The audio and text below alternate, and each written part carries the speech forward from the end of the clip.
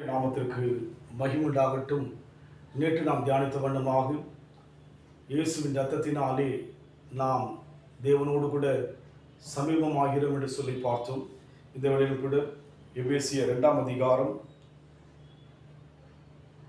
16 வசனம், வகையை சிலுவையில் கொன்று அதனாலே இரு திரையாரையும் ஒரே சரீரமாக தேவனுக்கு ஒப்புரவாக்கினார். வகையை சிலுவையில் கொன்று என்று பார்க்கிறோம். சிலுவையின் மூலமாக, இயேசுவின் இரத்தத்தின் மூலமாக பாவ மன்னிப்பு, இயேசுவின் இரத்தத்தின் மூலமாக சமீபமாகின்ற அனுபவம்.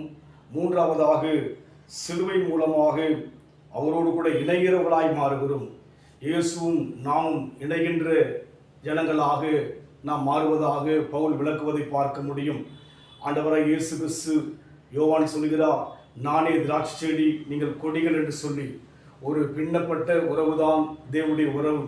நம் வாழ்க்கையிலே நமக்கு வேதனைகள், துக்கங்கள், துயரங்கள் கடந்து வரும்போது அவையெல்லாம் அவர் அனுபவித்தபடினாலே நம் துக்கத்தை, துயரத்தை, வேதனையை, பலவிதமான சோதனையோட கடந்து போகிற எல்லா காரியத்தையும் அவர் அறிந்து இருக்கின்றபடியினாலே நாம் தேவனோடு இணைகின்ற மக்களாக இருக்கிறோம். செடி கொடி இரண்டும் இணையும் போதுதான் அதிலிருந்து கனி கடந்து வரும். அதுபோல் நம் வாழ்க்கையிலே தேவன் நம்மோடு இணையும் போது, நாம் தேவனோடு இணையும் போது நம் மூலமாக அநேகர் வாழ்க்கை ஆசீர்வதிக்கப்படும், அநேகர் வாழ்க்கை ரட்சிப்புக்குள்ளாய் கடந்துவதற்கான ஒரு காரியமாக இருக்கும். அதனால் இன்றைக்கு நம் வாழ்க்கையிலே சிலுவை என்பது உலகத்தின் பார்வைக்கு வேதனை போல் தோன்றலாம். அந்த சிலுவையில்தான் மனிதனுக்கும் தேவனுக்கும் நடுவில் இருந்த அந்த பிரிவை விலக்கி ஒன்றாக இணைகின்ற ஒரு மேன்மையான காரியமாக இருக்கிறது. இன்றைக்கு நம் வாழ்க்கையிலே நாம் தனித்து இருப்பதாக யோசிக்காதபடிக்கு தேவன் கூட இருப்பதை நாம் விசுவாசிப்போம். பழைய ஏற்பாட்டிலே மோசேயிடத்திலே தேவன் சொன்னது போல, நான் உன்னை விட்டு விலகுவதுமில்லை, உன்னை கைவிடுவதும் என்று சொல்லி அந்த வார்த்தையை பார்க்கிறோம். மோசைக்கு பின்னால் யோசுவாவிடத்தில் சொல்வதை பார்க்கிறோம்.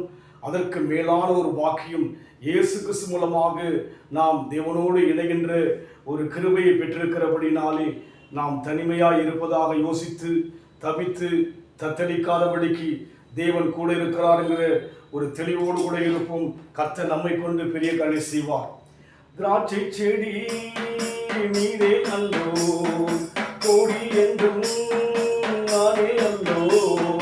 திராட்சை செடி நீரே அல்லோ, கோடி என்றும் நானே அல்லோ.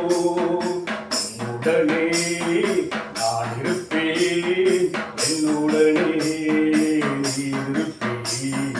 சுத்தம் செய்ய என்னை கத்தம் செய்தேன், நித்தம் நித்தம் என்னை சுத்தமாக்கும். சுத்தம் செய்ய என்னை கத்தம் செய்தேன், நித்தம் நித்தம் என்னை சுத்தமாக்கும். அவரோடு இணைகின்ற அந்த கிருபையை தேவன் கொடுத்தபடினாலே, அன்பின் ஆண்டவரே, நாங்கள் தனித்து இருப்பது போல யோசிக்காதபடிக்கு தேவன் கூட இருக்கிறார் என்கிற அந்த வெளிப்பாடோடு கூட வாழ எங்கள் யாவருக்கும் அந்த கிருபையை தரும்படியாக எங்கள் ஒப்புக் கொடுக்கிறோம். தேவன் கூட இருக்கிறார் என்கிற அந்த தெளிவும் எங்களுக்குள் அந்த விளக்கமும் எப்போதும் இருக்கட்டும். இயேசுவின் நாமத்தில் பிதாவே, ஆமீன். கர்த்தர் ஆசீர்வதிப்பாராக. God bless you.